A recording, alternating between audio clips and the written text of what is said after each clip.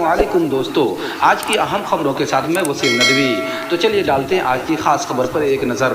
मरकजी वजीर नकवी ने कहा है कि हज्जाज को वैक्सीन की दोनों खुराकें लेनी होंगी। अगले माह सफर हज का बाज़ाब्ता ऐलान किया जाएगा। मरकजी अक़लियती उमूर के वजीर मुख्तार अब्बास नकवी ने जुमा को कहा है कि हज पर जाने के ख्वाहिशमंदों को एंटी कोरोना वायरस वैक्सीन की दोनों खुराकें लेनी होंगी। उन्होंने बताया है कि हज 2022 का सारा अमल हिंदुस्तान और सऊदी अरब की हुकूमतों की जानिब से मुकर्रर करदा कोरोना के रहनुमा उसूलों के तहत होगा। हज जायजा इजलास की सदारत के बाद नकवी ने यह भी कहा है कि हज 2022 का बाज़ाब्ता ऐलान अगले माह के पहले हफ्ते में किया जाएगा। उन्होंने कहा है कि उसी वक्त दरख्वास्त का अमल भी शुरू हो जाएगा। वजीर ने यह भी कहा है कि इस बार सऊदी अरब और हुकूमत हिंद की सेहत और कोरोना प्रोटोकॉल को मद्देनज़र रखते हुए हज 2022 की तैयारियां शुरू कर दी गई हैं। हज 2022 का बाज़ाब्ता ऐलान नवंबर के पहले हफ्ते में किया जाएगा। उसके साथ साथ हज के लिए ऑनलाइन दरखास्त का अमल भी शुरू किया जाएगा। हिंदुस्तान का हज 2022 का मुकम्मल अमल 100% ऑनलाइन डिजिटल होगा।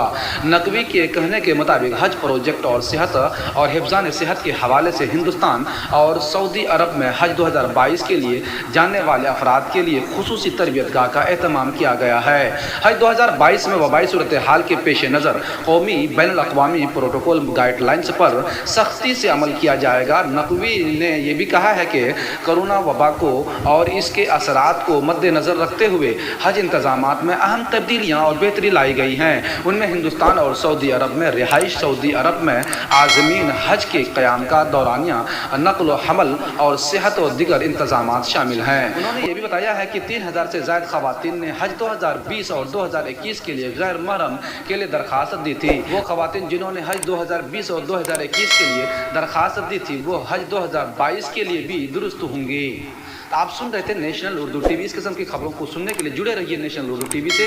अगर आपने अभी तक हमारे चैनल को सब्सक्राइब नहीं किए हैं तो बराए मेहरबानी सब्सक्राइब कर दें और दीजिए इजाज़त अपने दोस्त वसीम नदवी को। शुक्रिया।